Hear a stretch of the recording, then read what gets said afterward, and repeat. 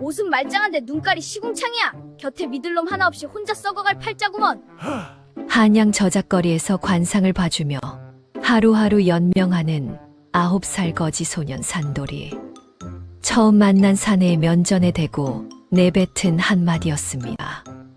허름한 삼배옷을 걸친 이 사내, 다름 아닌 자맹 중이던 조선의 임금이었지요. 임금은 자신의 속내를 단번에 꿰뚫는 소년의 눈에서 비범한 빛을 발견하고 뜻밖의 제안을 건넵니다. 소년 왕인 줄은 꿈에도 모른 채 이를 수락하였고 형씨라 부르며 뒤통수를 찰싹 때리고 쌀가만 이를 나르게 시키며 매일같이 호통을 쳤지요. 석 달간 임금의 뒤통수를 때려온 이 아이가 형씨의 정체를 알게 되는 순간 과연 어떤 일이 벌어지게 될까요? 장터의 거지 소년이 왕의 스승이 되기까지 그 기막힌 이야기가 지금 시작됩니다. 안녕하세요. 이야기꾼 손녀예요. 오늘도 구독과 좋아요로 저랑 인사 나눠요. 이야기 시작 전 오늘 내 기분을 숫자 1부터 10으로 표현한다면 얼마인가요? 댓글로 적어주시는 그 숫자만큼 오늘 하루 여러분께 10배, 100배의 큰 복이 찾아가길 제가 간절히 기도하겠습니다. 한양 도성 한복판, 만백성의 어버이가 좌정하는 창덕궁 깊숙한 곳에 조선 제23대 임금 이산이 계셨습니다. 허나 그 지엄한 어저의 주인은 이름뿐, 조정의 실권은 오래전 좌이정 박명진의 소나귀에 넘어간 뒤였지요. 대신들은 파벌을 나누어 서로의 목을 물어뜯기에 바빴고 그 피비린내 나는 싸움판의 꼭대기에서 박명진은 서슬퍼런 칼날을 휘두르며 조정을 제 발 아래 깔아 뭉갰습니다. 임금은 제 손으로 물 한 사발 떠먹지 못하는 처지로 전락하였으니 어전에 올라오는 장계 한 장조차 박명진의 손을 거치지 않으면 임금의 눈에 닿을 수 없었습니다. 왕이 돼 왕이 아닌 허수아비, 보위에 앉아 있으되 숨조차 제 뜻대로 쉬지 못하는 참담한 신세였지요. 밤이면 그 참담함은 한층 짙어졌습니다.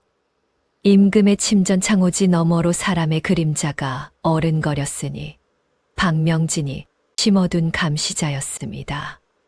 놈들은 밤새 침전 둘레를 서성이며 임금의 일거수일투족을 낱낱이 살폈고 창호지에 비치는 그 검은 윤곽이 미동도 없이 서 있을 때면 한기가 등줄기를 타고 내려와 뼛속까지 파고들었습니다. 임금은 이부자리 위에서 눈을 감지 못한 채 그 서늘한 살기를 온몸으로 느끼며 숨을 죽여야 했습니다. 뒤척이는 소리마저 보고될까 기침 한 번 내뱉지 못하고 지새우는 밤이 하루 이틀이 아니었지요. 그날도 자시가 넘도록 잠을 이루지 못하던 임금의 시선이 침전 구석에 놓인 깨진 도자기 조각 위에 멈추었습니다. 백자의 날카로운 파편이 호롱불 아래 차갑게 빛나고 있었습니다. 임금은 천천히 몸을 일으켜 그 조각을 집어들었습니다. 이 나라의 주인은 누구인가? 낮고 갈라진 음성이 텅 빈 침전에 가라앉았습니다. 도자기 조각의 날이 왼손 바닥 위를 그었고 살같이 갈라지며 비릿한 피 냄새가 코끝을 찔렀습니다. 붉은 핏방울이 손금 사이를 타고 흘러내려 하얀 이불 위에 점점이 떨어졌습니다. 임금은 그 핏자국을 내려다보며 입술을 굳게 다물었습니다. 이 피로 쓰는 글이 곧 자신의 유서가 될지 새 세상을 여는 교서가 될지 아무도 알 수 없었지요. 임금은 피 묻은 손으로 백지 위에 글을 적기 시작하였습니다. 획 하나하나의 붉은 기운이 스며들어 종이 위로 번져갔습니다. 침전 안에서는 박명진의 악행을 입증할 문서 한 장, 물증 한 조각 찾을 길이 없었습니다. 저들이 궁궐의 모든 통로를 봉쇄한 까닭이지요. 장계는 조작되고 상소는 가로막히고 충신의 입은 옥사의 칼날 아래 벌써 굳어버린 지 오래였습니다. 제 힘만으로는 역적의 꼬리를 붙잡을 수 없음을 뼈저리게 절감한 임금은 붓 대신 피로 적은 혈서의 마지막 획을 그으며 결심을 굳혔습니다. 궁궐 밖으로 나가야 했습니다. 백성들의 삶 속으로 스며들어 그들의 눈을 빌려 박명진의 추악한 실체를 파헤칠 활로를 찾아야 했습니다.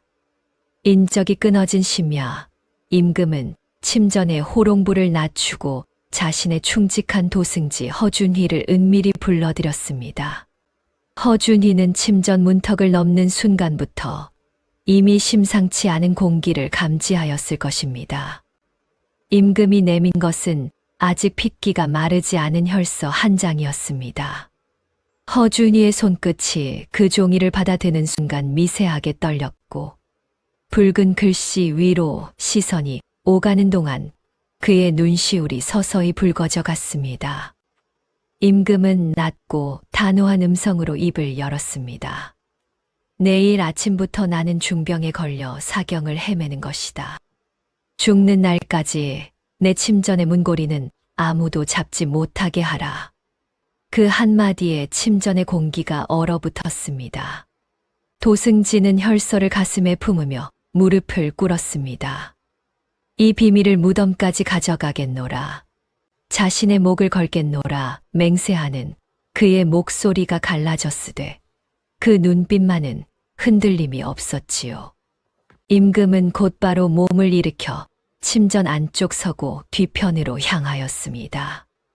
오래전 쓰임을 잃고 먼지만 쌓인 서가를 밀어젖히자 곰팡내가 진동하는 좁은 통로가 입을 벌렸습니다. 축축한 돌벽 사이로 차가운 바람이 스며들어 등잔부를 흔들었고 임금은 그 서늘한 어둠 속으로 한 발을 내디뎠습니다. 뒤를 돌아보지 않았습니다. 지옥 같은 궁궐을 등지는 순간 폐부를 시리게 찌르는 바깥 공기가 코끝을 때렸습니다. 차갑되 그 안에 자유의 냄새가 섞여 있었지요. 그 시각 임금이 빠져나간 침전 밖에서는 박명진의 수하들이 문 앞을 어슬렁거리고 있었습니다. 임금의 기척이 묘하게 달라졌음을 눈치챈 것인지 문고리에 손을 뻗으려는 기색이었습니다. 허나 도승지 허준희가 품속에 단도를 숨긴 채 그 앞을 가로막고 서서 한 걸음도 물러서지 않았습니다. 전하께서 극심한 통환으로 누워 계시니 누구든 접근을 불허하겠소. 허준희의 목소리는 차분하되 한치의 틈도 허락하지 않는 서슬이 서려 있었고 수하들은 결국 발길을 돌릴 수밖에 없었습니다. 궁궐 담장 너머 칠흑 같은 어둠 속으로 평복을 걸친 한 사내가 모습을 드러냈습니다. 클바닥에 첫 발을 내딛는 순간 거친 흙먼지가 발가락 사이로 파고들었고 화려한 골룡포를 벗어 던진 자리에 걸친 삼배옷은 바람에 거칠게 나부꼈습니다. 어깨가 떨렸습니다. 추위 때문이 아니어지요. 허나 그 떨림 위로 두 눈에 서린 빛은 이제껏 어좌에서 보인 적 없는 날카로운 분노였습니다. 호위 무사 서너시 소리 없이 어둠 속에서 나타나 임금의 좌우를 지켰으나 임금은 고개 한 번 돌리지 않고 도성 변두리를 향해 발걸음을 옮겼습니다. 큰 길을 벗어나 좁은 샛길로 접어들었을 때였습니다. 도성 변두리 장터 어귀에서 왁자지껄한 소란이 들려왔습니다. 걸음을 멈추고 소리가 나는 쪽으로 시선을 돌리니 헝클어진 머리에 때 묻은 옷을 걸친 거지 소년 하나가 갓을 쓴 양반의 면전에서 손가락질을 하며 소리를 지르고 있었습니다. 아이고, 이 영감탱이 오늘 제삿날인 상이구먼. 소년의 목청은 장터 끝까지 울려 퍼졌고 양반의 얼굴이 벌겋게 달아올랐으나 소년은 아랑곳하지 않고 거침없이 독서를 이어갔습니다.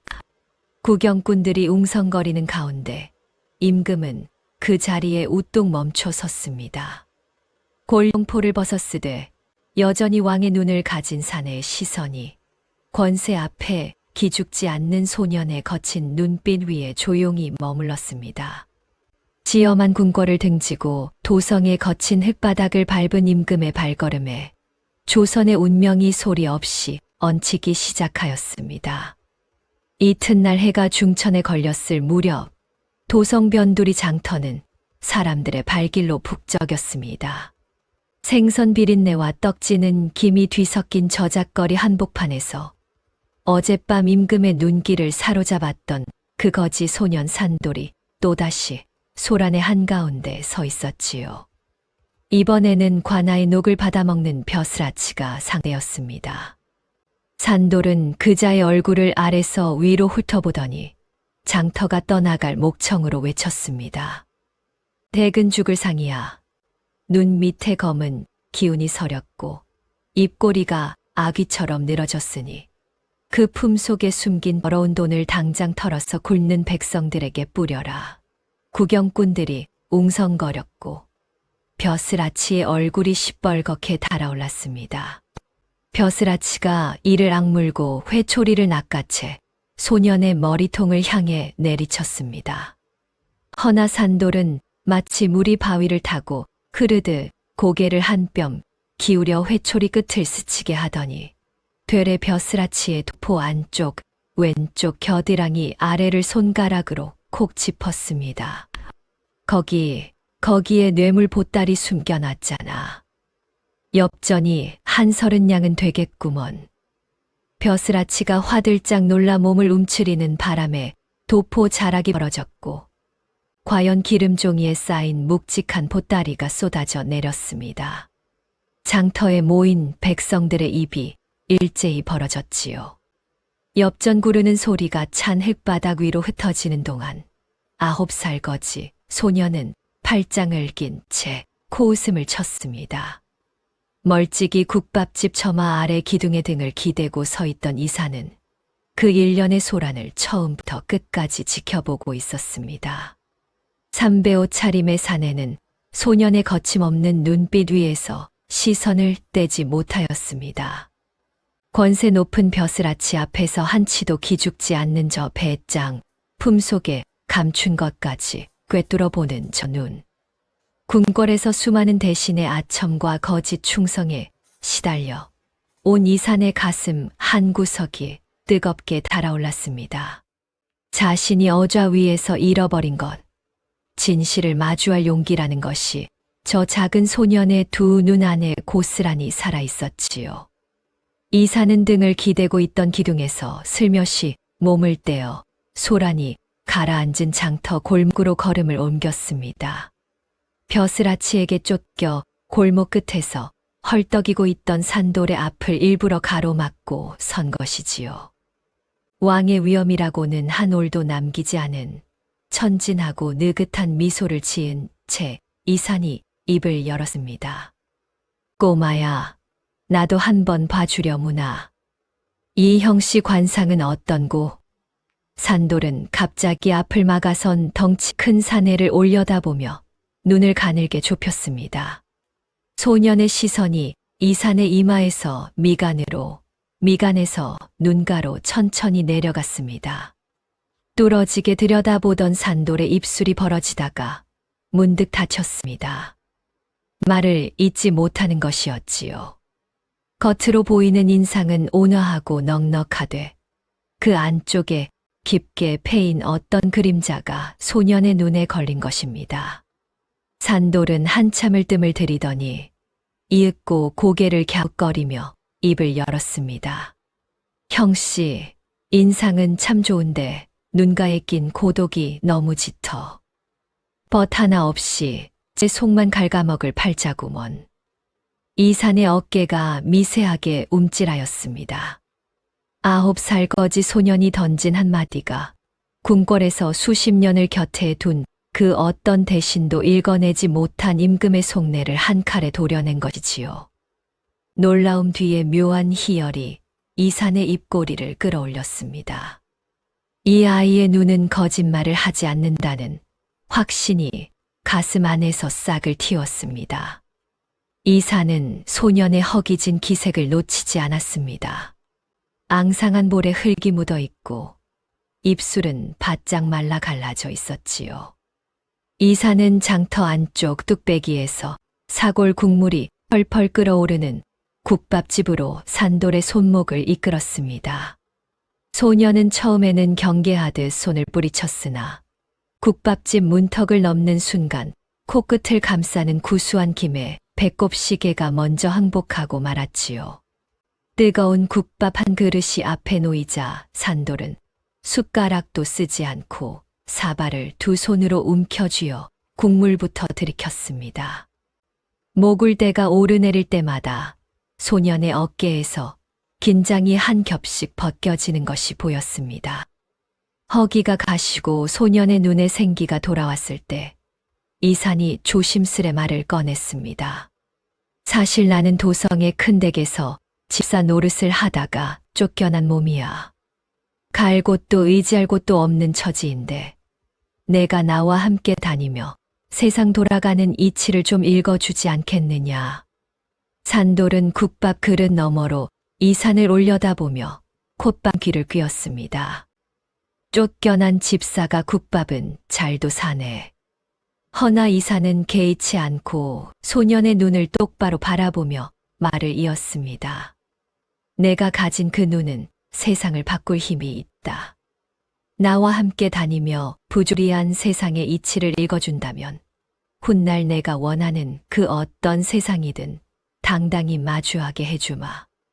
장담이라 하기엔 지나치게 무거운 말이었으나 이산의 눈빛에는 빈말의 기색이 한 점도 섞여 있지 않았지요. 산돌은 턱을 괴고 한참을 생각에 잠겼습니다. 의심이 풀린 것은 아니었습니다. 허나 당장 오늘 밤 머리를 뉘일 처마 끝 하나 없는 처지에 배를 채워준 국밥 한 그릇의 온기와 형씨가 보여주는 그 따뜻한 시선이 소년의 경계를 조금씩 누그러뜨렸습니다. 좋아, 형씨. 대신 나한테 잔소리하면 그날로 끝이야. 산돌은 퉁명스레 내뱉고는 먼저 국밥집 문을 나섰습니다. 두 사람이 나란히 장터를 빠져나가는데 산돌이 이산의 어깨를 툭툭 치며 걸음 방향을 지시하기 시작하였습니다. 형씨, 이쪽이 더 빨라. 어디서 집사질 했다는 양반이 길도 모르네. 그 손길이 닿는 순간 장터 뒤편 느티나무, 그늘에 몸을 숨기고 있던 호위, 무사들의 눈이 일제히 뒤집혔습니다. 칼자루를 움켜쥔 손에 핏줄이 불끈 섰으나 이산이 고개를 미세하게 돌려보낸 서늘한 눈짓 하나에 무사들의 손이 얼어붙었습니다. 이를 악물고 분노를 삼키는 무사들 뒤로 이산의 입가에는 오히려 잔잔한 미소가 번지고 있었지요. 형씨. 궁궐에서는 그 누구도 감히 입에 담지 못할 호칭이 이산에게는 비단보다 부드러운 위로로 귀에 감겼습니다. 아무런 편견 없이, 신분의 높낮이 없이 자신을 한 사람의 벗으로 대하는 이 소년을 통해 차가운 금제에 가로막혀 있던 백성과의 벽을 허물 수 있으리라는 결심이 이산의 가슴 안에서 단단히 뿌리를 내렸습니다. 도성 변두리로 향하는 오솔길 위에서 산돌은 걸음을 옮기면서도 끊임없이 이산의 얼굴을 힐끗힐끗 곁눈질하였습니다. 형씨, 아까 보니까 관상이 참 묘하단 말이야. 눈매는 귀한 상인데 이 주위에 고생문이 휘감고 있어. 큰 댁에서 대체 무슨 일을 당한 거야? 왕인 줄은 꿈에도 모른 채 쫓겨난 집사의 팔자를 걱정하는 소년의 진지한 표정에 이사는 웃음을 참느라 입술을 깨물어야 했습니다. 그 뒤를 따르는 호위 무사들은 숲속 그림자의 몸을 녹인 채 소년이 임금을 향해 반말을 내뱉고 등짝을 두드리는 광경을 지켜보며 피눈물을 삼켰습니다. 임금의 파격적인 행보를 어찌 이해할 수 있으랴만 어명이 떨어진 이상 목숨을 걸고 그림자가 되는 것 외에 달리 도리가 없었지요.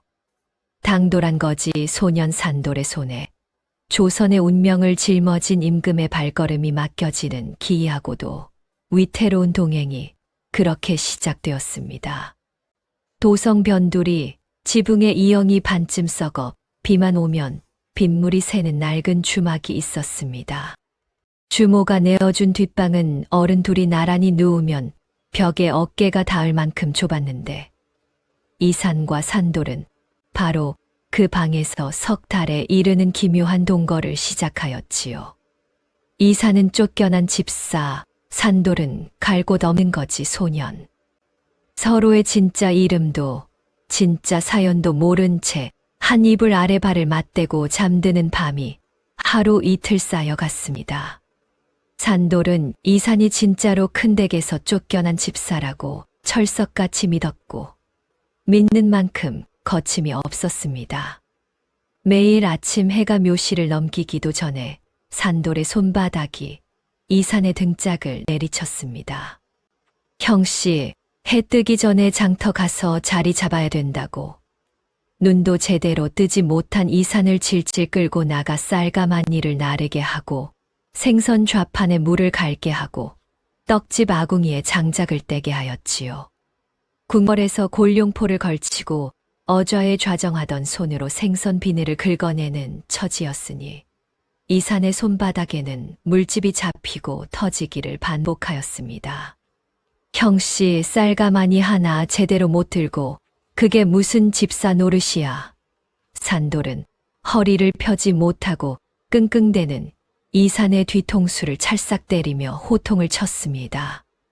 왕의 머리에 손찌검이라니 이 광경을 조정의 대신이 보았다면 기절초풍하였을 것입니다. 허나 이산은 뒤통수를 어루만지며 멋쩍게 웃을 뿐 노여운 기색 하나 보이지 않았습니다. 9살 꼬마에게 혼이 나는 이 순간이 궁궐의 차가운 어좌에서 보낸 수천 일보다 생생하게 살아있었기 때문이지요. 날이 저물어 장터 잡일이 끝나면 산돌은 여기저기서 얻어온 찬밥 한 덩이와 시래기 몇 줄기를 보자기에 쌓아들고 주막으로 돌아왔습니다. 두 사람은 좁은 방 한가운데 찬밥 덩이를 놓고 마주 앉아 반씩 나누어 먹었습니다. 이산은 생전 처음 먹어보는 시래기의 거친 식감에 미간을 찌푸리면서도 맞은편에서 아무렇지 않게 찬밥을 씹는 소년의 얼굴을 물끄러미 바라보았습니다. 함께 나누는 고생이 이토록 달콤한 것인 줄 수라상 위의 산의 진미로는 한 분도 알지 못하였습니다. 장터 사람들의 눈에 이 둘은 진기한 구경거리였습니다. 덩치 큰 장정이 9살 꼬맹에게 연신 꾸지람을 듣고도 고개를 조아리며 시키는 대로 따르는 모양새가 어찌 안 우습겠습니까? 생선 좌판의 안악이 혀를 차며 말하였습니다. 저 집사 양반은 팔자가 좋아서 고생을 사서 하는구먼.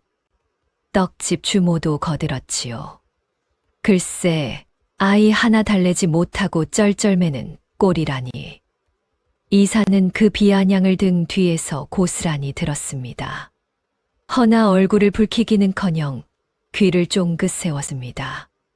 궁궐의 두꺼운 성벽 안에서는 한 번도 닿지 않았던 백성들의 날 것 그대로의 목소리가 이산의 귓전을 채웠기 때문입니다. 쌀값이 올라 끼니를 줄여야 한다는 한숨, 아이가 아파도 의원에게 갈 엽전이 없다는 넋두리, 관아의 세금을 빼앗기고 남은 것이라곤 빈 뒤주뿐이라는 울분. 그 소리 하나하나가 이산의 가슴에 대모처럼 박혀 들어갔지요. 임금이 그토록 알고 싶었던 백성의 진짜 애환이 쌀가마니를 나르고 생선 비늘을 긁어내는 그 고된 품삯 사이에 묻어 있었습니다. 밤이 깊어 호롱불 하나를 사이에 두고 마주 앉으면 산돌의 장기가 시작되었습니다. 소녀는 호롱불에 비친 이산의 얼굴을 찬찬히 뜯어보며 미간의 주름 하나 눈가의 떨림 하나를 놓치지 않았습니다. 형씨는 관상이 참 묘해. 벗은커녕 믿을 놈 하나 없는 팔자인데 내 눈엔 왜 이렇게 안쓰러워 보일까? 소년이 내뱉는 말 한마디가 비수처럼 이산의 허를 찔렀습니다. 이산은 움찔하며 시선을 내리깔았으나 속으로는 기이한 해방감이 밀물처럼 차올랐지요. 이 아이는 자신을 임금으로 보지 않았습니다. 어좌에 앉은 권위도 골룡포의 위엄도 없는 한 사람의 고독한 인간으로 마주하고 있었습니다. 세상에서 그런 눈으로 자신을 봐주는 이가 이 아이밖에 없었습니다. 산돌이 자빌에 지쳐 먼저 골아떨어진 밤이면 이산은 소년의 곁으로 살금살금 다가갔습니다. 이불 밖으로 삐져나온 작은 손에는 아직 장터에 흙이 묻어 있었고 헝클어진 머리카락이 눈 위를 덮고 있었지요. 이산은 조심스레 손을 뻗어 그 머리카락을 넘겨주며 아이의 잠든 얼굴을 오래도록 내려다보았습니다. 왕관의 무게보다 무거운 것이 있다면 바로 이 아이를 지켜내야 한다는 마음의 무게였습니다. 반드시 지키리라. 소리 없는 다짐이 이산의 입술 위에서 맺혔다 쓰러졌습니다. 주막의 얇은 벽 너머 바깥 세상은 평온과 거리가 멀었습니다. 박명진의 첩자들이 조정의 반대파를 색출하느라 혈안이 되어 도성 구석구석을 뒤지고 있었지요. 주막 앞 큰 길에서도 수상쩍은 행색의 사내들이 지나간 이의 얼굴을 번갈아 살피는 모습이 종종 눈에 띄었습니다. 허나 그들의 눈은 양반가의 도포나 선비의 유건을 찾고 있었을 뿐 찬밥을 나눠 먹는 허름한 집사와 거지 소년이 깃든 주막 뒷방까지는 미처 닿지 못하였습니다. 석 달의 세월이 흐르는 동안 산돌의 거침없는 입담 덕분에 두 사람은 장터의 명물이 되었습니다. 소년이 가는 곳마다 구경꾼이 붙었고 이산은 그 곁에서 묵묵히 짐을 나르고 물을 기르며 장터 사람들 속에 녹아들었지요. 임금의 가면은 벗은 지 오래였습니다. 이산은 어느 순간부터 스스로를 임금이라 의식하지 않고 산돌의 형씨로서 장터 사람들과 어울려 웃고 이야기하는 자신을 발견하였습니다. 산돌도 달라지고 있었습니다. 처음에는 이산을 부려먹는 대상쯤으로만 여겼던 소년이 어느 날 문득 형씨가 자신의 찢어진 집신을 밤새 꿰매어 놓은 것을 발견하고 한참을 말없이 그 집신만 내려다보았지요. 차갑게 닫혀있던 마음의 빗장이 아주 느리게 아주 조금씩 풀리고 있었습니다. 동거가 길어질수록 이산의 마음속에서도 무언가가 바뀌어 갔습니다. 임금으로서 나라를 다스려야 한다는 위엄보다 장터에서 마주치는 백성 한 사람 한 사람을 향한 따뜻한 정이 그 자리를 대신 채우기 시작한 것이지요. 산돌이 장터의 불쌍한 이를 보면 제밥을 덜어주는 모습, 다친 길고양이를 품에 안고 먹을 것을 찾아 뛰어다니는 모습. 그 작은 행동 하나하나가 이산에게는 어떤 경전에서도 읽지 못한 세상의 이치를 깨닫게 하는 가르침이 되어 돌아왔습니다. 보름달이 주막의 작은 창호지를 환하게 물들이던 어느 밤이었습니다. 산돌이 무릎을 끌어안고 달빛을 바라보다가 불쑥 입을 열었습니다. 형씨도 외로웠구나. 이산은 대답 대신 소년의 등을 가만히 토닥였습니다. 좁은 방 안에 말없이 흐르는 달빛, 그 아래에 나란히 앉은 두 사람.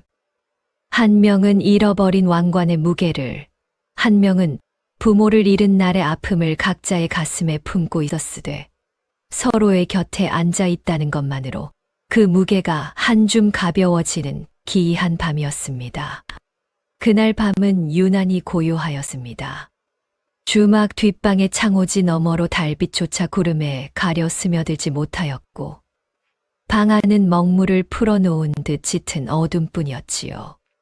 산돌은 잠자리에 누웠으되 눈을 감지 못하였습니다. 등을 맞대고 누운 이산의 숨소리가 깊고 고르게 가라앉은 것을 확인한 뒤에야 소녀는 소리 없이 몸을 일으켜 품속을 더듬었습니다. 촛불조차 켜지 않은 어둠 속에서 손끝에 닿은 것은 날띠 낡은 부적 한 장이었습니다. 종이의 끝자락은 사가 너덜너덜하였고 붉은 주사 글씨는 세월에 발에 거의 보이지 않았지요. 산돌은 그 부적을 두 손으로 감싸 쥐고 가슴 위에 올려놓았습니다. 10년 전 가족을 잃던 그날 밤에 어머니의 품속에서 미끄러져 나온 유일한 유품이었습니다. 어둠 속에서 산돌의 눈동자가 흔들렸습니다. 감지 않은 눈앞으로 10년 전의 광경이 환영처럼 번져 올랐지요. 한겨울 매서운 삭풍이 불던 날, 관아 앞마당에 무릎을 꿇린 아버지의 뒷모습이 보였습니다. 세금 횡령이라는 누명이 씌워져 있었습니다. 아버지는 한 푼도 횡령한 적이 없었으되 증거라며 내밀어진 문서에는 이미 아버지의 이름이 먹칠로 선명하게 적혀 있었지요. 그 뒤에 서 있던 자의 얼굴을 산돌은 잊은 적이 없었습니다. 좌이정 박명진. 인자한 척 눈을 가늘게 뜨고 있었으나 그 입꼬리에 걸린 비열한 웃음은 어린 산돌의 눈에도 칼날처럼 선명하였습니다. 포졸들이 아버지의 멱살을 움켜쥐고 처형장으로 질질 끌고 갈 때에도 박명진은 그 자리에 우뚝 서서 웃고 있었습니다. 마치 파리 한 마리를 으깨는 일이 그리 재미있다는 듯이 산돌의 이가 맞물려 사각사각 소리를 냈습니다. 주먹을 꽉 쥐니 손톱이 손바닥을 파고들었고 얼마 지나지 않아 손금 사이로 축축한 기운이 배어 나왔습니다. 내 놈의 탐욕 때문에 우리 부모님이 죽었어. 소년의 입술 사이로 새어나온 말은 음성이라기보다 짐승의 신음에 가까웠지요. 박명진. 그 석자를 읊조릴 때마다 소년의 온몸이 부르르 떨렸습니다. 부모를 잃고 거리에 내팽개쳐진 뒤 산돌은 짐승보다 못한 나날을 보냈습니다. 저작거리 개들과 음식 찌꺼기를 다투고 다리 밑에서 우크려 잠을 청하던 어린 것을 거둔 이가 있었으니 전직 관상감 기인이었습니다. 기인 역시 박명진에게 일가족의 멸문지화를 당한 자였지요. 뼈만 앙상하게 남은 몸으로 산속 토담집에 숨어 지내던 기인은 아이의 눈빛을 한번 들여다보고는 고개를 끄덕였습니다. 이 아이에게는 사람의 업보를 꿰뚫어 보는 천부의 영안이 깃들어 있었던 것이지요. 기인은 산돌의 비범한 영민함을 알아보고 단순히 목숨을 살려주는 것에서 그치지 않았습니다. 산돌을 곁에 앉히고 관상의 비기를 한 올 한 올 전수하기 시작하였습니다. 이마의 골상에서 명운을 잇는 법, 눈 밑의 기색에서 죄업의 깊이를 헤아리는 법, 입술의 떨림에서 거짓과 진심을 갈라내는 법. 기인은 산돌에게 말하였습니다. 관상은 단순히 앞날을 맞히는 점술이 아니다. 악인의 죄업을 읽어내어 심판할 수 있는 가장 무서운 거울이니라. 소녀는 그 말을 뼈에 새겼습니다. 허나 기인의 몸은 이미 병마에 갉아먹힐 대로 갉아먹힌 뒤였지요. 관상의 비기를 모두 전수한 지 얼마 되지 않아 기인은 토담집의 차가운 방바닥 위에서 기어이 숨을 거두었습니다. 산돌 곁에 남은 것은 낡은 부적 한 장과 가슴 속에 대모처럼 박힌 복수의 다짐뿐이었습니다. 산돌은 그 뒤로 장터를 떠돌며 관상을 봐주어 하루하루를 연명하였으되 밤마다 품속의 부적을 꺼내어 어루만지며 박명진의 이름을 되뇌는 것만은 단 하루도 거르지 않았습니다. 자신이 갈고 닦은 이 관상의 눈이 언젠가 박명진의 모든 죄업을 세상 앞에 벌거벗겨 놓을 날카로운 칼날이 되리라. 그 다짐이 소년의 뼛속에서 매일 밤 벼려지고 있었지요. 같은 방 한 뼘거리를 두고 잠을 청하던 이산의 눈이 문득 떠졌습니다. 바로 곁에서 거친 숨소리가 새어나오고 있었습니다. 숨을 들이마셨다 내뱉는 사이사이에 가늘게 섞인 흐느낌이 어둠 속 이산의 귓전을 파고들었지요. 이산은 고개를 돌려 어둠 너머 소년의 웅크린 등을 바라보았습니다. 낮에 장터에서 양반의 면전에 독서를 내뱉을 때 그 거침없던 목소리는 간데없고 이산의 곁에서 흘러나오는 것은 어둠 속에서 혼자 삼키는 짐승 같은 통곡이었습니다. 이산의 가슴이 미어졌습니다. 손을 뻗으면 닿을 거리에 누워있으되 아이가 품고 있는 상처의 깊이를 함부로 건드릴 수 없습니다. 다만 저토록 작은 몸 안에 말 못할 아픔이 꽉 들어차 있다는 것만은 틀림없었지요. 이사는 아이의 복수 대상이 누구인지 알지 못하였습니다. 소년이 어둠 속에서 읊조리는 이름이 흐느낌에 뭉개져 알아들을 수 없었기 때문이지요.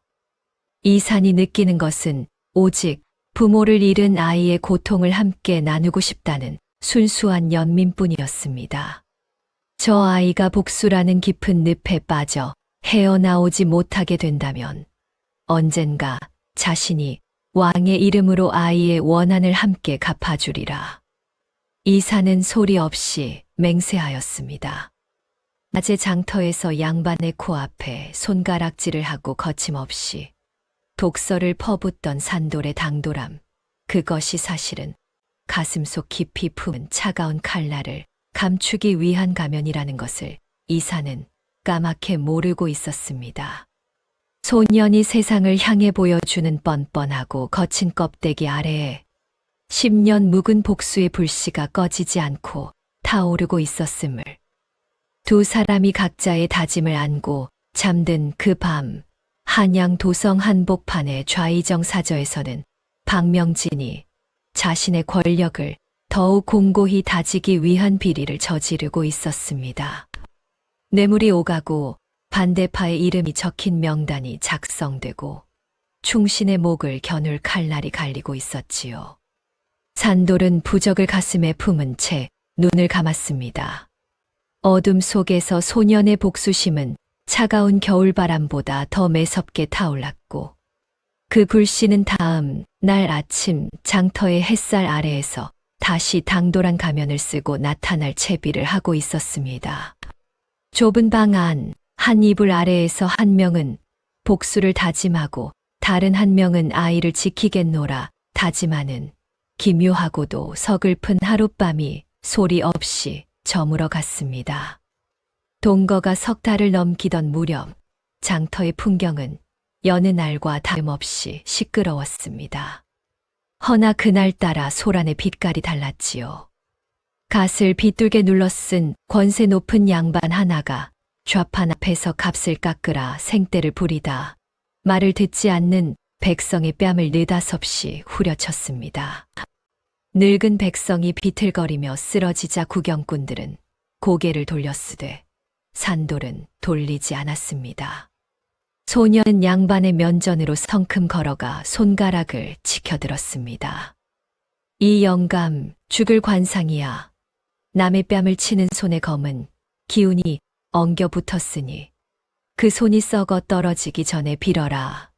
양반의 얼굴이 사색으로 변하였으나 산돌은 아랑곳하지 않고 뒤돌아 섰습니다.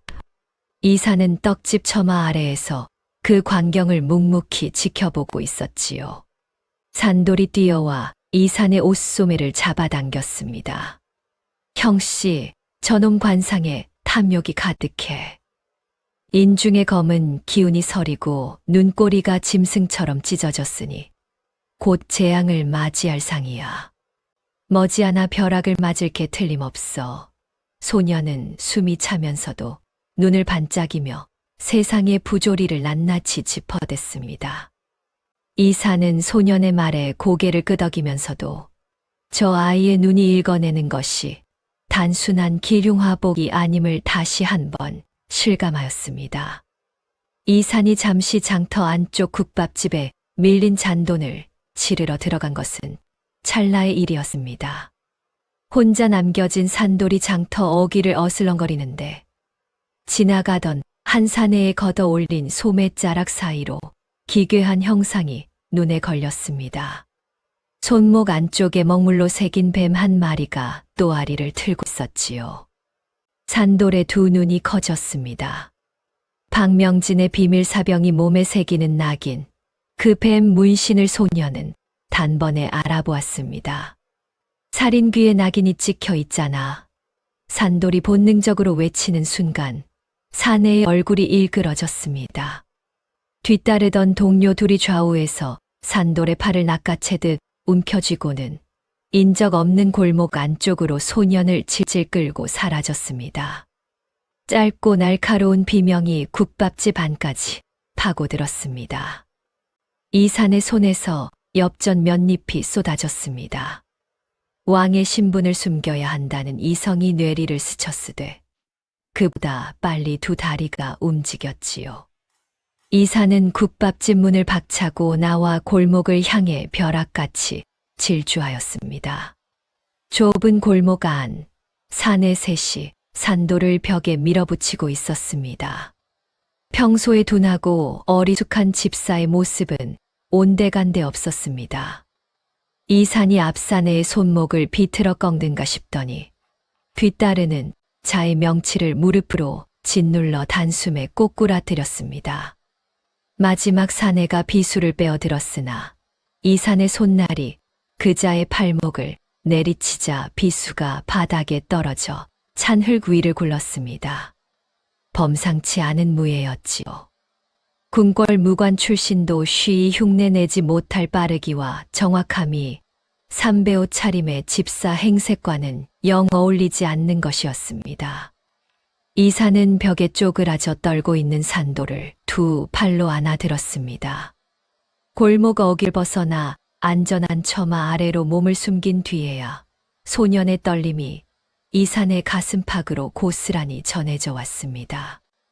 이산은 아이의 등을 가만히 쓸어내리며 자신의 손에 묻은 붉은 기운을 옷자락에 슬쩍 닦아냈지요. 산돌은 형씨의 품에 얼굴을 파묻은 채 한참을 거칠게 숨을 몰아쉬다가 고개를 들어 이산의 눈을 올려다보았습니다. 장터에서 쌀가마니도 못 드는 척하던 그 눈이 아니었습니다. 서늘한 분노와 절박한 보호의 의지가 뒤엉킨 눈빛이 소년을 내려다보고 있었지요. 산돌은 그 낯선 눈빛 속에서 묘한 안도감을 느꼈습니다. 형씨가 자신을 지켜주었다는 그 단순한 사실이 온몸의 떨림을 조금씩 가라앉혔습니다. 숨을 추스른 산돌이 입을 열었습니다. 방금 본 자들이 단순히 돈 몇 푼을 뺏는 깡패가 아니라 박명진이 굶주린 백성들을 잡아다가 사병으로 징집하는 인간 사냥꾼들이라고. 징집을 거부하는 자들은 모조리 살해하여 도랑에 버린다고. 소년의 목소리는 떨리면서도 또렷하였습니다. 이산의 얼굴에서 핏기가 빠져나갔습니다. 궁궐 안에서는 한 줄의 장계로도 닿지 않았던 진실이 9살 거지 소년의 입을 통해 쏟아져 나왔습니다. 자신의 백성들이 사람이 아닌 소모품으로 부려지고 있었다는 것. 이산은 주먹을 쥐었다. 풀기를 반복하며 한동안 말을 잊지 못하였지요. 그날 이후 이산의 가르침이 달라졌습니다. 이산은 산돌의 손을 잡고 장터의 구석구석을 걸으며 관상의 쓰임새를 새로이 열어 보이기 시작하였습니다. 사람의 얼굴에는 그 사람이 지은 죄와 공이 그대로 남아있지. 타인의 아픔을 볼 줄 아는 것이 곧 사람을 살리는 눈이다. 이산은 장터 한쪽에 쪼그려 앉아 빈 사발을 안고 조는 노인을 가리키고 아이를 업은 채 좌판을 지키는 젊은 안악을 가리켰습니다. 단순히 앞날을 점치는 술법이 아니라 그 사람의 마음을 읽고 업보를 꿰뚫어 보는 진정한 안목. 산돌은 이산의 차분하고 깊은 가르침을 따라 양반의 면전에 대고 독서를 퍼붓기만 하던 거친 눈을 조금씩 고쳐 쓰기 시작하였습니다. 조롱이나 저주가 아니라 상대의 업보를 읽어 올바른 길로 이끄는 눈. 소년의 시선이 나를 세우되 방향이 달라지고 있었지요. 이사는 산돌의 재능이 날마다 날카로워지는 것을 지켜보며 가슴 속에서 한 가지 확신이 단단해지는 것을 느꼈습니다. 구걸에서 몇 달을 밤잠을 설치며 뒤져보아도 찾지 못했던 박명진을 파멸시킬 단서. 그것이 궐박, 이 소년의 눈에 고스란히 담겨 있었던 것입니다. 이사는 산돌에게 사람을 읽는 지혜에 더하여 권세가 어떻게 사람을 부리고 부리는 자가 어떻게 무너지는지 권력의 생리까지 가르치기 시작하였습니다. 소년이 어둠 속에서 스스로 등불을 찾을 수 있도록 세밀하게 길을 열어주는 것이었지요. 산돌이 장터의 자빌에 지쳐 골아떨어진 어느 밤이었습니다. 이사는 굶주림에 지쳐 흙이 묻은 채 잠든 아이의 얼굴을 호롱불 아래에서 오래도록 내려다보았습니다. 자신이 궐 밖으로 나온 것은 결국 이 아이를 만나기 위한 운명이었음을 직감하였지요. 이사는 산돌을 단순히 불쌍한 거지 소년으로 보지 않았습니다. 박명진의 추악한 악행을 세상에 폭로하고 그를 파멸로 이끌어낼 유일한 열쇠. 이사는 이 아이를 세상의 가장 위대한 스승으로 길러내기로 마음먹었습니다. 왕이 아닌 벗이자 스승으로서 소년에게 더 깊은 가르침을 전하리라 다짐하였지요. 산돌은 형씨의 가르침을 통해 자신이 가진 관상 능력이 세상을 바꿀 수 있는 거대한 힘임을 깨달아 갔습니다. 장터에서 양반을 조롱하던 까칠한 거지 소년의 얼굴 위로 점차 어른스럽고 비장한 면모가 덧씌워지기 시작하였지요. 두 사람은 생선 좌판 사이를 누비고 떡집 처마 아래에 쪼그려 앉아 지나가는 사람들의 관상을 놓고 세상의 이치를 논하였습니다. 왕과 소년이라는 신분은 둘 다 모르는 채 스승과 벗이라는 이름만으로 나누는 깊은 교감이었습니다. 이사는 산돌의 순수한 안목을 빌려 자신의 정치 철학을 처음부터 다시 세웠고 그 안에서 박명진을 무너뜨릴 완벽한 계획에 윤곽이 서서히 잡혀갔습니다. 장터 사람들의 눈에도 두 사람의 변화는 뚜렷하였습니다. 처음에는 꼬맹이에게 부림당하는 우스꽝스러운 집사와 거지 소년이었으되 어느 틈에 때려야 뗄 수 없는 사이가 되어 있었지요. 생선 좌판의 안악이 빙그레 웃으며 말하였습니다. 저 둘은 부자지간도 아닌 것이 세상에서 제일 다정하구먼. 소년을 통해 비로소 나라의 아픈 곳을 제대로 바라보게 된 임금은 차가운 궁궐의 어좌가 아닌 백성의 품에서 새로운 왕의 길을 걷기 시작하고 있었습니다. 그 무렵 궁궐 대전에서는 도승지 허준희가 조정 대신들 앞에 나서 있었습니다.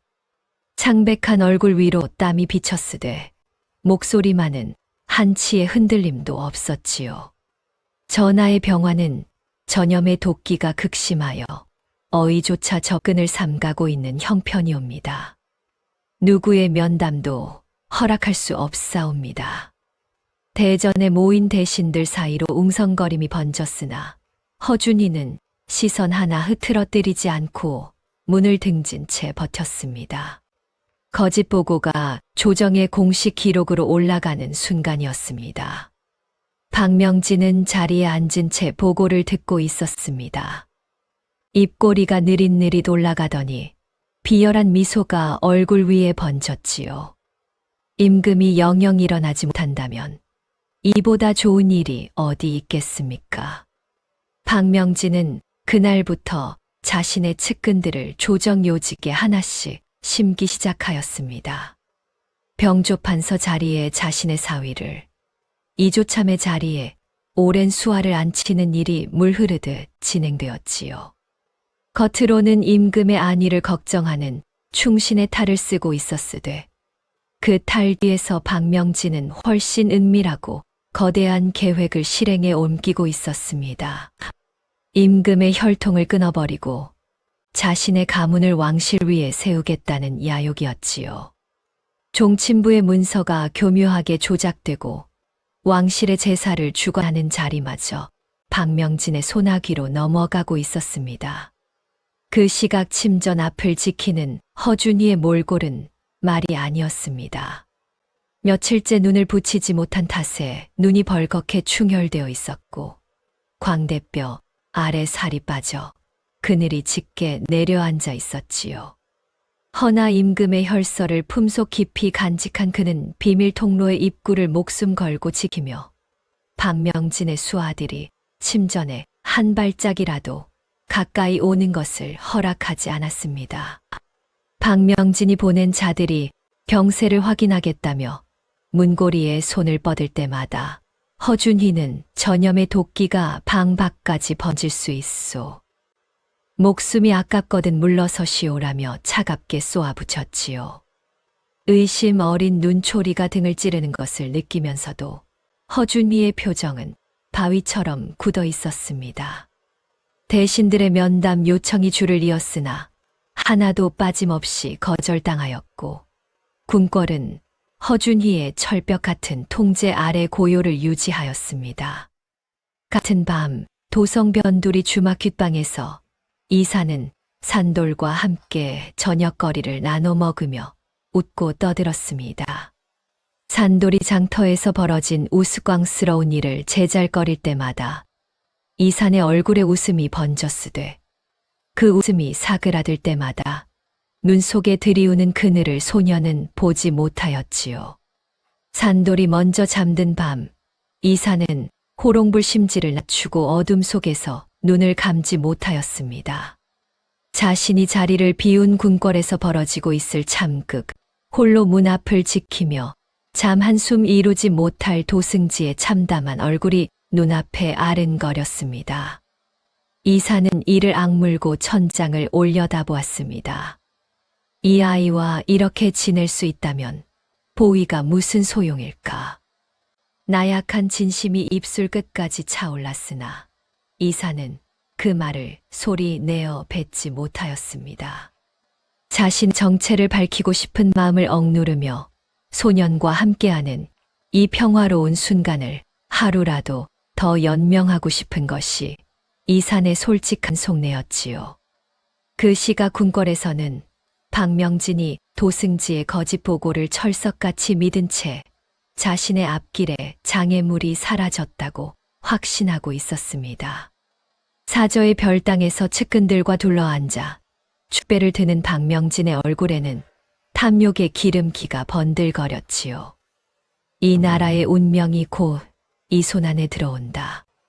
박명진은 비밀리에 사병의 수를 늘리고 임금을 대신할 허수아비를 세울 준비까지 마쳐놓은 상태였습니다. 궁궐 내부의 공기는 날이 갈수록 탁해져 갔고 남은 충신들은 숨을 죽인 채 임금의 소식만을 기다리고 있었으되 그 소식이 올 기미는 보이지 않았습니다. 자만심에 취한 박명진은 제가 벌이는 모든 악행이 제 파멸을 재촉하는 덫이 되어가고 있다는 사실을 꿈에도 알아차리지 못하였지요. 도성 변두리의 낮은 달은 빛깔로 흘러가고 있었습니다. 이사는 산돌의 손을 잡고 장터 이곳저곳을 누비며 박명진의 수하들이 벌이는 수탈의 현장을 하나하나 눈에 새겼습니다. 좌판의 곡식을 빼앗아 가는 나졸, 세금을 이중으로 뜯어내는 아전, 사병 징집에 끌려가지 않으려 돈을 바치는 백성. 이산의 눈에 그 모든 장면이 대모처럼 박힐 때마다 임금의 가슴 속에서 복수의 칼날이 한 겹씩 벼려지고 있었습니다. 산돌은 형씨가 왜 그토록 장터의 민초들에게 집착하는지 의아하였습니다. 쫓겨난 집사가 세상 돌아가는 형편에 이리 눈을 번뜩이는 까닭을 알 길이 없었지요. 다만 형씨의 눈에 서린 비장한 결심이 예사롭지 않다는 것만은 소년의 촉이 또렷하게 짚어내고 있었습니다. 궁궐 안의 폭풍 전야와 궁궐 밖 주막의 소박한 평온, 이 두 세계 사이에 간극이 날마다 벌어지고 있었습니다. 박명진의 방심이 깊어질수록 그의 발밑에서는 거센 바람이 소리 없이 소용돌이 치고 있었으니 운명의 날은 이미 멀지 않은 곳까지 다가와 있었습니다. 석 달의 동거가 무르익던 어느 날, 이사는 산돌이 잠든 새벽녘에 홀로 눈을 떠 한참을 생각에 잠겼습니다. 소년의 비범 재능은 이미 장터에서 수없이 확인하였으되 궁궐이라는 전장에서도 그 눈이 통할 것인지를 시험해야 할 때가 왔다고 판단한 것이지요. 이사는 도승지 허준이에게 은밀히 전가를 띄워 궁궐의 비밀 통로를 열어두라는 지시를 내렸습니다.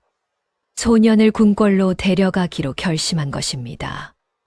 아침이 밝자 이사는 산돌에게 아무렇지 않은 얼굴로 말을 꺼냈습니다. 오늘은 내가 예전에 일하던 큰 데 근처에 볼 일이 있다. 같이 가자. 산돌은 의심 없이 고개를 끄덕였지요. 쫓겨난 집사 형씨를 따라 나서는 것이 어제 오늘의 일이 아니었으니까요. 두 사람이 도성의 큰 길을 지나 한양 북쪽으로 접어들수록 주변의 풍경이 달라졌습니다. 허름한 주막과 저작거리가 사라지고 높은 담장과 굳게 닫힌 대문들이 줄지어 나타났지요. 산돌은 석 달 동안 형씨의 따뜻한 성품과 우직한 모습만 보아왔습니다. 쌀가마니를 끙끙대며 들어올리고 찬밥 한 덩이를 반으로 나눠주고 밤이면 자신의 머리카락을 넘겨주던 그 투박한 손. 허름한 삼배옷 뒤에 감춰진 것이 무엇인지 소녀는 한 번도 의심해 본 적이 없었습니다. 이산이 안내한 곳은 궁궐 뒤편의 인적 드문 골목이었습니다. 담장 아래 풀숲을 헤치자 이끼 낀 돌벽 사이에 사람 하나 겨우 빠져들 좁은 틈이 모습을 드러냈지요. 이산이 먼저 몸을 구겨 넣었고 산돌은 주춤하다 뒤를 따랐습니다. 좁은 통로 안은 차갑고 축축하였습니다.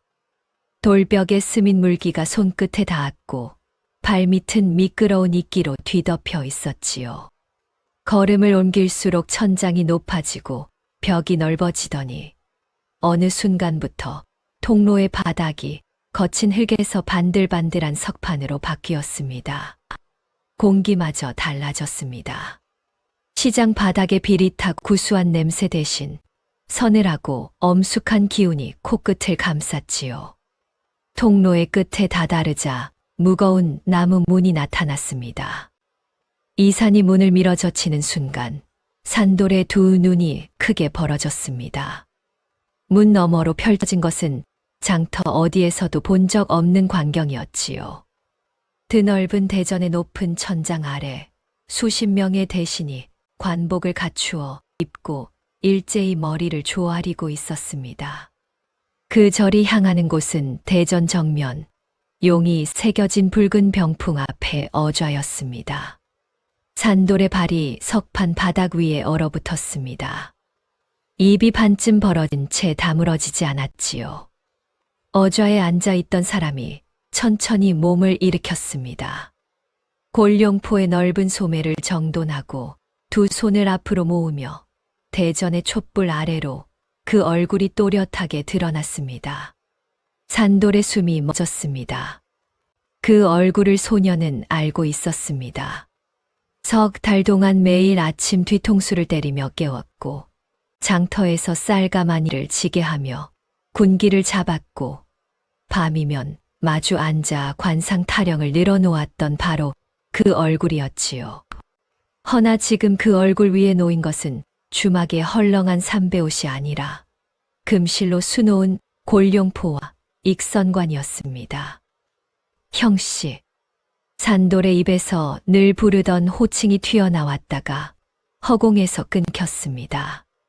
아니, 주상전하께서 왜 그곳에 앉아 계신 겁니까? 소년의 목소리가 갈라졌습니다.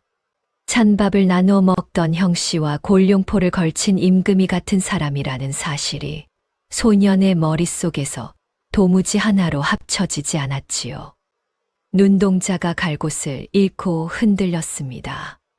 장터에서 형씨의 뒤통수를 찰싹 때리던 손, 국밥 한 그릇을 사이에 두고 코웃음을 치던 입, 밤마다 팔자를 걱정하며 관상을 읽어주던 눈. 석 달의 기억이 파노라마처럼 눈앞을 스치는데 그 모든 장면 속에 형씨가 어좌 위에 임금으로 덧씌워지는 순간 소년의 무릎이 가늘게 떨리기 시작하였습니다. 대전 안이 발칵 뒤집혔습니다. 대신들은 비밀 통로에서 느닷없이 나타난 때 묻은 거지 소년을 보고 경악하여 소란을 피웠지요. 저것이 어찌 대전에 이것이 무슨 행색이냐. 목소리가 겹쳐 웅성거렸으나 임금이 어좌에서 조용히 손을 들자 대전은 찬물을 끼얹은 듯 일시에 고요해졌습니다. 이사는 대신들에게 보이던 근엄한 표정을 거두었습니다. 고개를 돌려 산도를 바라보는 그 얼굴에는 어좌의 서슬이 아닌 주막의 좁은 방에서 찬밥을 건네며 짓던 소탈하고 편안한 미소가 떠올랐지요. 산돌은 그 미소를 보았습니다. 골룡포의 무게와 대전의 위엄이 소년의 어깨를 짓눌러 뒷걸음질을 쳤으되 임금의 눈빛 속에서 여전히 형씨의 다정함이 깜박이고 있었습니다. 소년은 혼란에 빠졌지요. 도망치고 싶은 마음과 그 눈빛에 붙잡히는 마음이 동시에 가슴 안에서 부딪혔습니다. 이윽고 산돌의 얼굴이 새하얗게 질렸습니다. 석 달 동안 자신이 저지른 일들이 떠올랐기 때문입니다. 임금의 뒤통수를 때리고 임금에게 반말을 퍼붓고 임금의 팔자를 걱정하며 코웃음을 쳤으니 어디 목이 10개라도 모자랄 일이었지요. 대전의 화려한 촛불 아래 주막에서 탄밥을 나누던 소년과 집사의 관계는 이미 돌이킬 수 없이 뒤바뀌어 있었습니다. 왕과 그 스승이라는 감히 상상조차 못할 무게가 소년의 어깨 위로 내려앉고 있었지요. 소년의 눈앞에 나타난 지엄한 골룡포, 석 달의 세월이 순식간에 흔들리며 산돌의 운명이 완전히 다른 길로 꺾이기 시작하는 순간이었습니다. 산돌은 몸을 돌렸습니다. 대전의 무거운 문을 향해 한 걸음, 두 걸음 내딛는 소년의 등이 떨리고 있었지요. 석 달을 함께한 형씨가 자신을 감쪽같이 속였다는 배신감이 가슴팍을 쥐어뜯었습니다. 찬밥을 나눠 먹고 뒤통수를 맞아주고 밤이면 관상 타령에 고개를 끄덕여주던 그 모든 것이 거짓이었단 말입니까? 소년의 발걸음이 문턱에 닿기 직전 이산이 대신들을 향해 낮고 단호한 음성을 내렸습니다. 모두 물러가라. 대전 안의 인기척이 하나둘 사라졌습니다. 관복 자락이 스치는 소리와 문 닫히는 소리가 연이어 울린 뒤 드넓은 대전에는 골룡포를 걸친 임금과 때 묻은 소년 단둘만이 남았지요. 이사는 어좌에서 내려왔습니다. 골룡포의 무거운 자락이 석판 바닥을 쓸며 산돌 앞으로 한 걸음 다가갔습니다.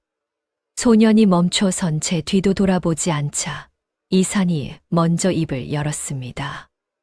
너를 속인 것은 이 나라의 임금으로서가 아니라 내 형씨로서 사죄할 일이다.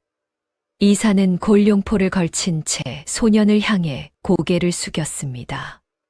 왕이 고개를 숙이는 일은 종묘사직에 대례를 올릴 때 외에는 있을 수 없는 일이었지요. 나의 유일한 벗이자 스승이 되어달라. 그 한마디가 텅 빈 대전에 낮게 울렸습니다. 산돌은 씩씩거리며 주먹을 불끈 쥐고 있었습니다. 화가 났습니다. 뒤통수가 뜨거웠습니다. 허나 고개를 돌려 임금의 얼굴을 올려다본 순간 소년의 분노가 한 박자 멈추었지요. 골룡포의 금빛 위엄이 아니라 주막의 좁은 방에서 찬밥을 떼어주며 짓던 그 편안한 눈빛이 여전히 그 자리에 있었습니다. 임금의 눈이 아니라 형씨의 눈이었습니다. 산돌의 굳은 주먹이 아주 천천히 풀려갔지요. 바로 그때였습니다. 대전의 문이 열리며 한 사내가 유유히 걸어 들어왔습니다. 산돌의 시선이 그자에게로 꽂혔고 온몸에 차가운 소름이 돋으며 숨이 목구멍에서 막혔습니다. 관복을 정갈하게 갖추어 입고 가늘게 뜬 눈에 인자한 미소를 걸치고 있는 사내. 좌의정 박명진이었습니다. 산돌의 동공이 떨렸습니다. 10년 전 한겨울 삭풍이 불던 관아 앞마당에서 아버지를 처형장으로 끌고 가며 비열하게 웃던 바로 그 입꼬리가 지금 눈앞에 박명진 위에 정확하게 겹쳐졌지요. 세금 횡령이라는 누명을 씌워 가문을 멸문지화로 몰아넣은 살인귀. 10년 동안 밤마다 이를 갈며 되뇌었던 그 이름의 주인이 불과 10걸음도 되지 않는 거리에 서 있었습니다. 박명진은 임금에게 형식적인 문안 인사를 올리다가 곁에 서 있는 거지 소년을 발견하고 눈을 가늘게 좁혔습니다. 잠시 의아한 기색을 보이더니 대수롭지 않다는 듯 입꼬리를 올린 채 비릿한 미소를 남기고 대전을 빠져나갔지요. 박명진의 관복 자락이 문 너머로 사라지고 난 뒤에야 산돌의 무릎에서 힘이 빠졌습니다. 소녀는 비틀거리며 골룡포 자락을 더듬어 잡았습니다. 떨리는 손가락이 금실수 놓인 천을 움켜쥐는 힘이 아이의 것이라고는 믿기지 않을 만큼 필사적이었지요. 전하. 산돌의 목소리가 갈라졌습니다. 방금 그 자가 바로 제 부모님을 죽인 원수입니다. 소녀는 골룡포 자락을 붙잡은 채 고개를 들었습니다. 눈가에 핏줄이 섰고 입술이 파르르 떨리고 있었지요. 제 아버지를 세금 횡령이라는 누명으로 처형장에 세운 장본인이 바로 박명진입니다. 그 한마디를 내뱉는 순간 소년의 눈에서 뜨거운 것이 쏟아졌습니다. 10년 동안 품어온 증오, 멸문지화의 참혹한 기억, 거리를 떠돌며 혼자 삼켜야 했던 분노와 서러움이 눈물로 터져 나왔지요. 산돌은 대전 바닥에 무릎을 꿇은 채 흐느꼈습니다. 9살 소년의 통곡이 높은 대전의 천장을 울리고 있었습니다. 이사는 한마디 말도 없이 소년의 곁으로 다가갔습니다. 골룡포를 걸친 채 바닥에 무릎을 꿇고 떨리는 산돌의 어깨를 두 팔로 감싸 안았지요. 왕의 위엄은 그 순간 대전의 바닥 위에 내려놓아져 있었습니다. 이산의 품에 안긴 소년의 울음이 거칠어졌다가 서서히 잦아들 때까지 임금은 아이의 등을 쓸어내리며 한마디도 재촉하지 않았습니다. 이윽고 이산이 산돌의 작은 손을 꽉 잡으며 입을 열었습니다. 내 원수를 갚는 길, 내가 너의 칼이 되겠다. 임금의 눈에도 분노가 서려 있었습니다.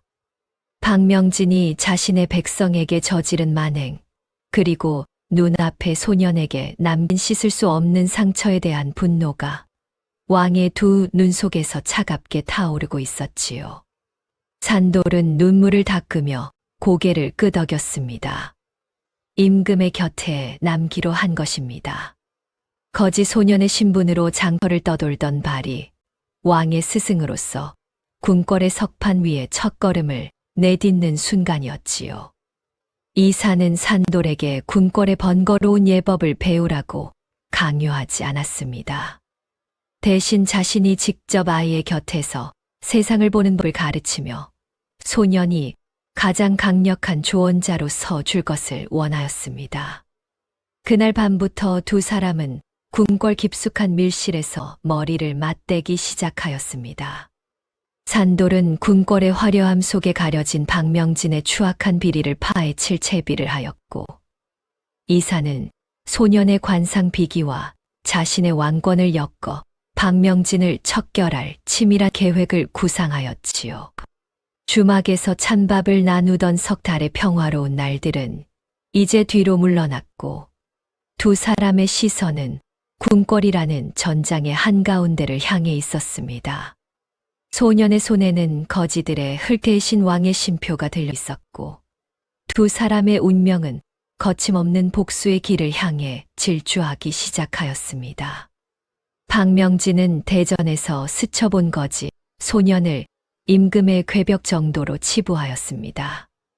허나 소년의 눈빛 속에 서려 있던 서늘한 기운이 마음 한구석에 가시처럼 걸려 좀처럼 의구심을 지우지 못하였지요. 산돌은 성급하게 칼을 빼어 들지 않았습니다. 10년을 벼른 복수였기에 한순간의 격정으로 그르칠 수 없었지요. 소년은 임금과 머리를 맞대고 박명진 한 사람이 아니라 그자의 수하들이 저지르는 모든 부패와 인맥의 뿌리를 통째로 뽑아버릴 치밀한 전략을 세웠습니다. 칼 대신 눈을 무기로 삼기로 한 것이지요.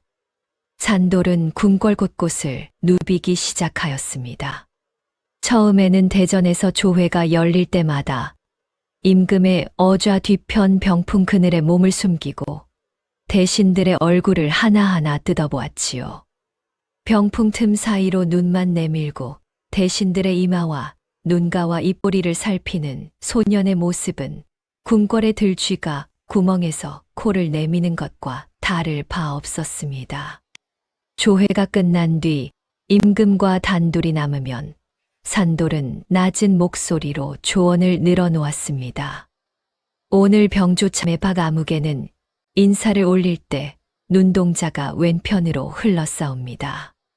저건 거짓을 품은 자의 기색이지요. 형조 판서는 관상에 충직한 기운이 서려 있으니 믿어도 될 것입니다. 소년의 귀띔이 하나하나 들어맞자 이사는 병풍 뒤에 숨어있는 산돌을 불러내었습니다. 이제 그만 나와서 봐라. 내가 내 눈이 되어야 하는데 병풍 뒤에서 쥐처럼 숨어보아서야 되겠느냐. 임금의 한마디에 산돌은 병풍 뒤를 벗어나 어좌 곁에 당당히 서기 시작하였지요. 누가 충신이고 누가 간신인지 소년의 눈은 이제 병풍 틈이 아닌 대전 한복판에서 관복의 화려함 뒤에 숨은 본색을 어김없이 꿰뚫었습니다.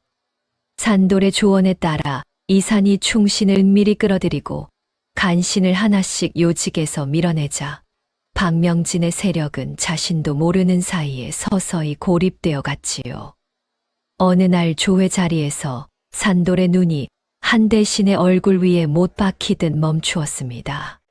소년이 임금에게 귓속말을 건넸지요. 저 영감님은 인중이 뱀처럼 굽어있고 눈 밑에 검은 그림자가 깊으니 어젯밤 비밀 문서를 어딘가에 숨긴 상이옵니다. 임금이 즉각 포조를 보내 그자에 관하 옥사 뒤편을 뒤지자 먼지 쌓인 괴짝 속에서 박명진의 사병 징집 명단과 매물 장부가 쏟아져 나왔습니다. 명단에 적힌 이름만 수백이었고 장부에 기록된 엽전의 액수는 나라의 1년 세수에 맞먹는 것이었지요. 조정이 발칵 뒤집혔습니다. 이후로 대신들이 조회 자리에서 거룩한 척입을 열 때마다 어좌 곁에 선 소년이 날리는 촌철살인의 관상평이 그 가면을 찢어 발겼습니다. 저 대감은 눈꼬리에 탐기가 서려 곧 화를 부를 상이옵니다. 저 참판은 입술이 떨리는 것이 은닉한 재물이 있는 기색이옵니다. 산돌의 한마디가 떨어질 때마다 박명진의 수하들은 얼굴이 하얗게 질렸고 자신이 다음 차례가 될까 전전긍긍하며 공포에 떨기 시작하였지요. 산돌의 눈은 궁궐 안에 머물지 않았습니다. 소년은 박명진이 신임하는 도성의 거상들을 찾아가 그들의 관상을 읽었습니다. 이 양반은 코 옆에 재물의 기운이 지나치게 몰려있고 눈 밑에 어둠이 남의 돈을 만진 자의 상이요. 박명진의 검은 돈을 세탁해주고 있는 게 틀림없소. 산돌이 저작거리 한복판에서 거침없이 읊조린 그 말은 보부상들의 입을 타고 삽시간에 장터 구석구석까지 퍼졌습니다. 풍문이 도성 전체를 뒤덮자 거상들은 하나둘씩 박명진과의 거래를 끊었고 자금줄이 말라붙은 측근들이 등을 돌리기 시작하였지요. 박명진은 분노하였습니다. 자신이 수십 년에 걸쳐 쌓아올린 권력의 그물이 9살 소년의 눈 한 쌍에 갈갈이 찢겨 나가고 있었으니까요. 임금이 더 이상 예전의 무력한 허수아비가 아니라는 사실에 등골이 서늘해졌습니다. 이사는 산돌의 조언을 빌려 박명진의 주변 인물들을 하나씩 이간질하였습니다. 충성을 바치던 자에게는 박명진이 그를 버릴 것이라는 전가를 흘리고 의심이 싹 트는 자에게는 귀순의 길을 열어주었지요. 박명진은 자신의 권력 토대가 안에서부터 무너지는 것을 느끼면서도 그 균열의 진원지가 소년이라는 사실을 받아들이지 못하였습니다. 박명진은 마침내 소년을 제거하기로 마음먹었습니다. 궁궐 안으로 자객을 들여보낸 것이지요. 허나 산돌은 자객이 궁궐담을 넘기도 전에 그자의 행색을 읽어내었고 임금의 호위 무사들과 함께 이를 역이용하였습니다. 자객을 생포하여 그 품속에서 박명진이 직접 서명한 밀서를 확보한 것이지요. 소년을 죽이라는 명이 박명진의 필체로 적혀있는 밀서는 역적의 증거로서 더할 나위 없이 완벽하였습니다. 궁궐 내부의 공기가 달라졌습니다. 소년의 서늘한 눈빛 아래 썩은 뿌리가 하나씩 뽑혀 나왔고 많은 대신이 박명진에게서 등을 돌려 임금 앞에 머리를 조아렸지요. 이사는 산돌의 조언을 따를수록 자신이 그동안 얼마나 눈과 귀가 멀어 있었는지를 절감하였습니다. 소년을 전적으로 신뢰한다는 것은 곧 백성을 위한 정치의 첫걸음이었지요. 산돌은 박명진의 잔혹한 비리를 낱낱이 문서화하였습니다. 사병 징집 명단, 매물장부, 밀서를 한데 엮어 그 증거의 요지를 백성들의 입을 통해 퍼뜨렸지요. 궁궐 밖 장터에서는 백성들이 산돌을 가리켜 하늘이 보낸 예언자라 부르기 시작하였고 그 소문은 박명진의 귀에까지 닿아 거대한 압박으로 다가왔습니다. 조정에는 박명진의 오만함이 서려 있던 자리에 두려움과 불신이 가득 차올랐고 한때 좌의정의 발밑에 엎드렸던 자들이 고개를 들어 임금을 바라보기 시작하였습니다. 소년의 복수를 향한 차가운 전략은 박명진의 목을 한 올 한 올 조여가고 있었습니다. 거대한 폭풍의 중심이 좌의정의 머리 위로 서서히 좁혀 들어가고 있었지요. 궁지에 몰린 짐승은 이빨을 드러내는 법이지요. 사방에서 퇴로가 막히자 박명진은 최후의 발악에 나섰습니다. 조회가 열린 대전, 박명진은 직접 술상을 마련하여 임금에게 화해의 축배를 올리겠노라 청하였습니다. 금잔에 담긴 술이 촛불 아래 맑게 빛났으되 어좌 곁에 선 산돌의 눈은 그 맑음 속에 숨은 탁한 기운을 놓치지 않았지요. 박명진이 금잔을 어좌 앞에 올려놓고 고개를 조아리는 그 찰나 산돌이 임금의 앞을 가로막았습니다. 그 잔을 들지 마십시오. 소년은 소매 속에서 하얀 가루를 꺼내 금잔 위로 뿌렸습니다. 산속 토담집에서 기인이 전수한 비기 가운데 독을 감별하는 약재의 쓰임새를 소년은 잊지 않고 있었지요. 가루가 술에 닿는 순간 맑던 술빛이 시커멓게 변색되며 역한 냄새가 대전 안을 뒤덮었습니다. 독이었습니다. 대신들의 얼굴이 일제히 경악으로 굳었고 박명진은 뒷걸음질을 치다 제 관복 자락에 걸려 대전 바닥 위에 곤두박질 쳤습니다. 산돌은 바닥에 나뒹구는 박명진을 내려다보며 품속에서 묵직한 보따리를 꺼냈습니다. 그간 수집한 뇌물 장부와 사병 징집 명단, 박명진이 직접 서명한 밀서를 한데 묶은 것이었지요. 소년은 그 보따리를 조정 대신들과 대전 밖에 모인 백성들이 보는 앞에서 박명진의 발치에 내던졌습니다. 문서가 바닥 위로 쏟아지며 펼쳐졌고 그 위에 적힌 수백 명의 이름과 셀 수 없는 엽전의 액수가 만천하에 드러났습니다. 사병을 징집하며 거부하는 백성을 살해한 기록, 충신을 누명으로 처형장에 세운 내역, 나라의 곳간을 제 주머니에 쓸어 담은 장부. 대전은 경악과 분노로 뒤덮였고 대신들의 입에서 탄식과 욕성이 터져 나왔습니다. 산돌은 멈추지 않았습니다. 소녀는 대전의 기둥 앞에 걸린 한양 일대의 지도를 손가락으로 짚었지요. 산의 혈이 꺾인 저곳이 놈들의 은신처입니다. 기인에게 전수받은 지리의 비기를 활용하여 박명진이 사병을 숨겨둔 거점의 위치를 정확히 지목한 것입니다. 임금의 어명이 떨어지자 친위대가 즉각 출동하였고 도성 외곽 산자락에 은밀히 자리 잡은 사병 거점을 급습하여 무장한 사병들을 일망타진했습니다. 거점의 비밀 창고에는 백성에게서 약탈한 곡식과 엽전이 산더미처럼 쌓여 있었으니 그 모든 것이 본래의 주인인 백성들에게 돌아갔지요. 대전 한복판에서 산돌은 포박당한 채 바닥에 엎드린 박명진을 내려다보았습니다. 10년 전 한겨울 삭풍 속에서 아버지를 처형장으로 끌고 가며 비열하게 웃던 바로 그 얼굴이 지금은 흙먼지를 뒤집어 쓴 채 떨고 있었습니다. 소년의 입에서 또렷한 목소리가 흘러나왔지요.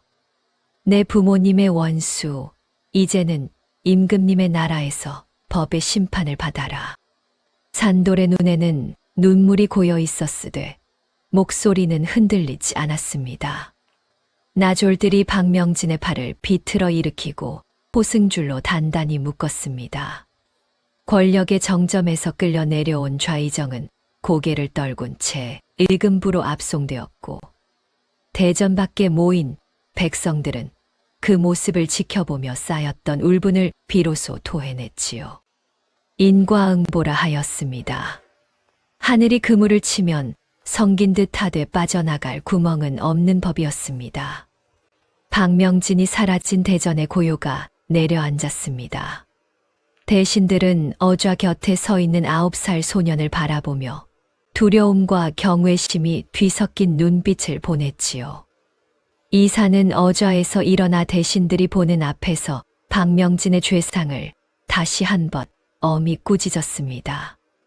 나라의 녹을 먹으며 백성의 피를 빨아먹은 역적 임금의 눈과 귀를 가리고 조정을 제 소나귀에 넣으려 한 천고의 역적이라고. 꾸짖음이 끝난 뒤 이사는 산돌의 작은 손을 잡고 어좌 옆으로 데려갔습니다. 대전의 모든 시선이 두 사람에게 쏠렸지요. 이 아이는 내 눈이요, 내 귀며 나를 깨우친 나의 스승이다. 이제부터 이 아이가 내 곁에서 조선의 길을 묻겠다. 임금의 선언이 높은 천장 아래 울려 퍼졌습니다.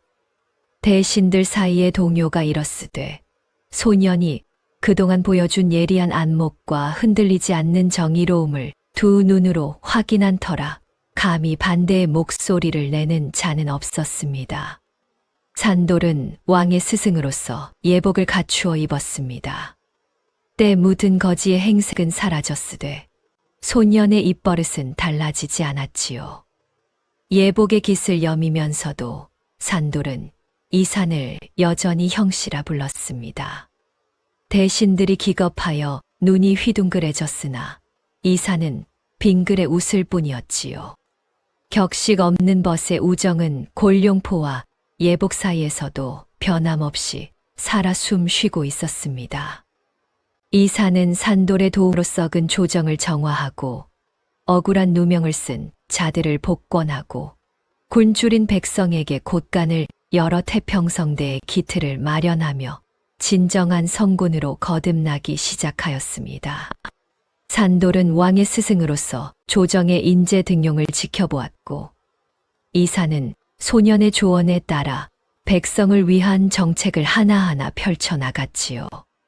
도성 변두리 주막에서 찬밥을 반으로 나눠 먹던 두 사람은 이제 어좌와 그 곁에서 조선의 내일 함께 고민하는 동반자가 되었습니다. 허나 산돌은 왕의 스승이라는 무거운 자리에 앉아서도 가끔 이산의 옷소매를 슬쩍 잡아당기곤 하였습니다. 형씨, 오늘은 궁궐담 넘어서 시장 구경이나 가자. 임금은 그때마다 어좌에서 피식 웃음을 흘리며 소년의 손에 이끌렸지요. 두 사람은 평복으로 갈아입고 장터를 거닐며 국밥집에 나란히 앉아 뜨거운 국물을 후후 불어 마셨습니다. 석 달 전 처음 만나던 그날처럼 국밥집 주모는 둘의 얼굴을 번갈아 보며 혀를 찼습니다. 아이고, 이 부자지간이지 형제지간인지 모를 둘이 또 왔구먼. 이산과 산돌은 서로의 얼굴을 보며 소리 없이 웃었습니다. 장터를 걷다 보면 산돌은 여전히 이산의 관상을 들여다보곤 하였지요. 형씨, 눈가에 끼어있던 고독이 많이 옅어졌어. 이제 벗이 생긴 팔자구먼. 이산은 소년의 머리를 쓰다듬으며 대답하였습니다. 그 벗이라는 놈이 뒤통수를 때리는 버릇만 없으면 더 좋을 텐데.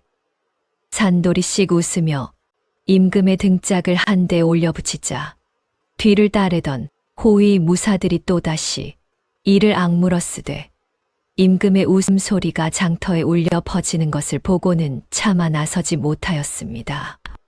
어느 봄날 궁궐의 후원의 벚꽃이 흩날리는 오후였습니다. 이산은 대청마루에 걸터 앉아 산돌과 나란히 꽃이 피 떨어지는 풍경을 바라보고 있었지요. 산돌이 불쑥 입을 열었습니다. 형씨, 나 처음에 형씨 관상 봤을 때 말이야. 친구 하나 없이 제 속만 갉아먹을 팔자라고 했잖아. 이산이 고개를 끄덕이자 산돌은 무릎 위에 떨어진 꽃잎을 손가락으로 굴리며 말을 이었습니다. 그때 내가 틀렸어. 사람의 관상은 변하는 거더라고. 형씨 눈가에 이제 따뜻한 기운이 서려 있어. 좋은 벗을 만난 사람의 상이야. 이산은 아무 말 없이 소년의 어깨를 끌어당겨 곁에 앉혔습니다. 벚꽃잎이 두 사람의 어깨 위로 소리 없이 내려앉았지요. 궁궐담 너머 장터에서는 백성들의 웃음소리가 바람에 실려 들어왔습니다. 석 달간의 기묘한 동거로 시작된 인연은 스승이자 벗으로서 조선의 찬란한 앞날을 함께 밝히는 거대한 역사가 되었습니다. 그 역사의 첫 장에는 장터의 거지 소년이 삼배옷 차림의 사내에게 건넨 한마디가 적혀 있었지요. 형씨, 인상은 참 좋은데 눈가에 낀 고독이 너무 짙어. 그 고독은 이제 더 이상 임금의 눈가에 머물지 않았습니다. 소년이 그 자리를 채워주었으니까요. 조선의 명제상 황의 정승이 젊은 시절 길에서 만난 이름 모를 농부에게 농사의 이치를 물은 적이 있었습니다. 그때 농부가 건넨 한마디가 있지요. 변은 익을수록 고개를 숙이고 사람은 클수록 아래를 봐야 하는 법이지요. 훗날 황희는 수십 년 재상의 자리에 앉아서도 신분의 높낮이를 가리지 않고 누구의 말이든 귀를 기울였다 합니다. 오늘 이야기 속 임금 이산도 그러하였지요. 골룡포를 벗고 장터의 흙바닥에 내려섰기에 비로소 궁궐의 높은 성벽 안에서는 결코 들을 수 없었던 진실의 목소리를 만날 수 있었습니다. 살다 보면 우리도 스스로 쌓아올린 벽 안에 갇혀 바로 곁에 있는 소중한 사람의 진심을 놓치고 있는 것은 아닌지요. 가끔은 높은 곳에서 내려와 낮은 곳에 눈을 빌려볼 때 비로소 보이는 것들이 있는 법입니다. 오늘도 손녀가 준비한 이야기 들어주셔서 감사합니다. 이야기가 좋으셨다면 공유하고 싶은 분께 공유해 주시고 다음에 더 좋은 이야기로 찾아뵙겠습니다. 감사합니다.